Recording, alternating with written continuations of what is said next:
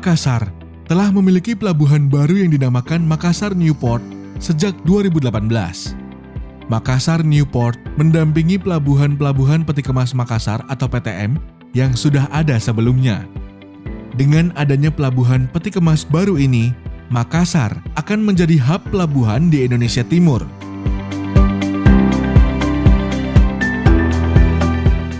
Ini saya memperlihatkan posisi Makassar sendiri menjadi center point Pak ya, center point of Indonesia lah.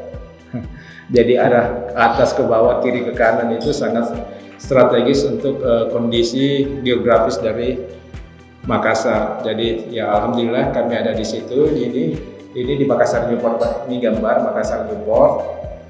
Yang ini yang sementara kami kelola yang di proyek 1A. Ini 1A setelah selesai Pak.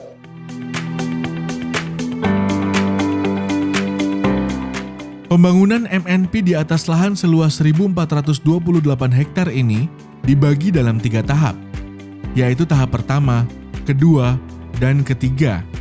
Lalu, tahap pertama dibagi dalam 4 paket yang disebut paket A, B, C, dan D.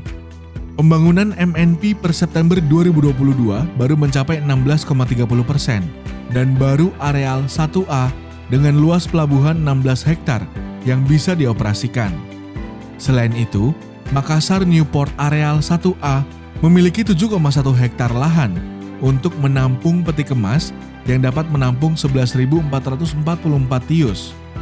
Dalam areal 1A, sejumlah alat bongkar muat sudah beroperasi dan beberapa di antaranya didatangkan dari Jakarta International Container Terminal atau JICT. Seluruh kren pengangkut peti kemas di Makassar Newport ini sudah menggunakan daya listrik. Dengan alat yang memadai, saat ini Makassar Newport sudah dapat melayani kapal-kapal besar internasional. Rencananya, jika pembangunan tahap 1B dan C selesai, maka proses perencanaan dan pengendalian pelabuhan TPM dan MNP akan dilakukan bersama. Head Terminal Peti Kemas Makassar optimistis integrasi antara TPM dan MNP akan mendatangkan kinerja baik dan positif.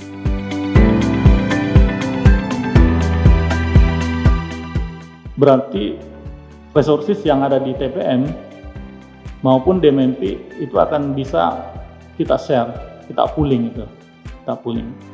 Begitu pula nanti proses penyandaran kapal akan menjadi satu kesatuan berth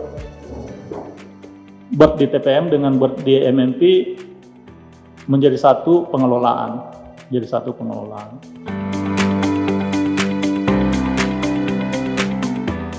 Kinerja bongkar muat pelabuhan Makassar Newport mengalami peningkatan sejak 2019 saat pertama kali beroperasi.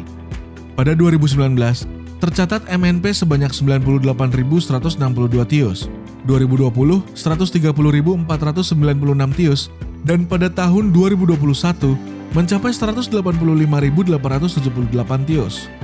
Peningkatan ini juga diiringi dengan pengurangan beban yang ada di Pelabuhan Peti Kemas Makassar atau PTM. Pada 2021, PTM ada 500.245 TEU yang dibongkar muat, yang sebelumnya pada 2019 mencapai 583.640 TEU. Integrasi ini juga akan memberikan kemudahan untuk pengguna jasa pelabuhan di Makassar, karena dengan sistem baru, pengguna jasa cukup menggunakan satu platform.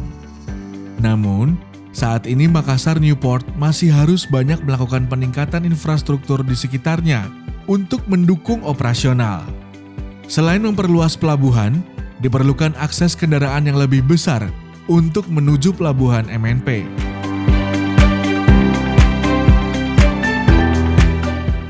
Hari ini kita cukup banyak dinamika. Nah, mungkin sebentar saya akan sampaikan progres kita selanjutnya, tapi ini sebagai gambaran yang disebut sebagai tahap 1 dan tahap 2 tadi. Kalau di sini adalah pelabuhan yang lama, Pelabuhan Soekarno-Hatta, kemudian di area ini adalah MNP, ke arah sini ke arah bandara, dan ini ke arah selatan ke arah jalan Petarani. Nah, kami membangun jalan warna kuning ini Pak, sebagai jalan akses tadi tahap 1.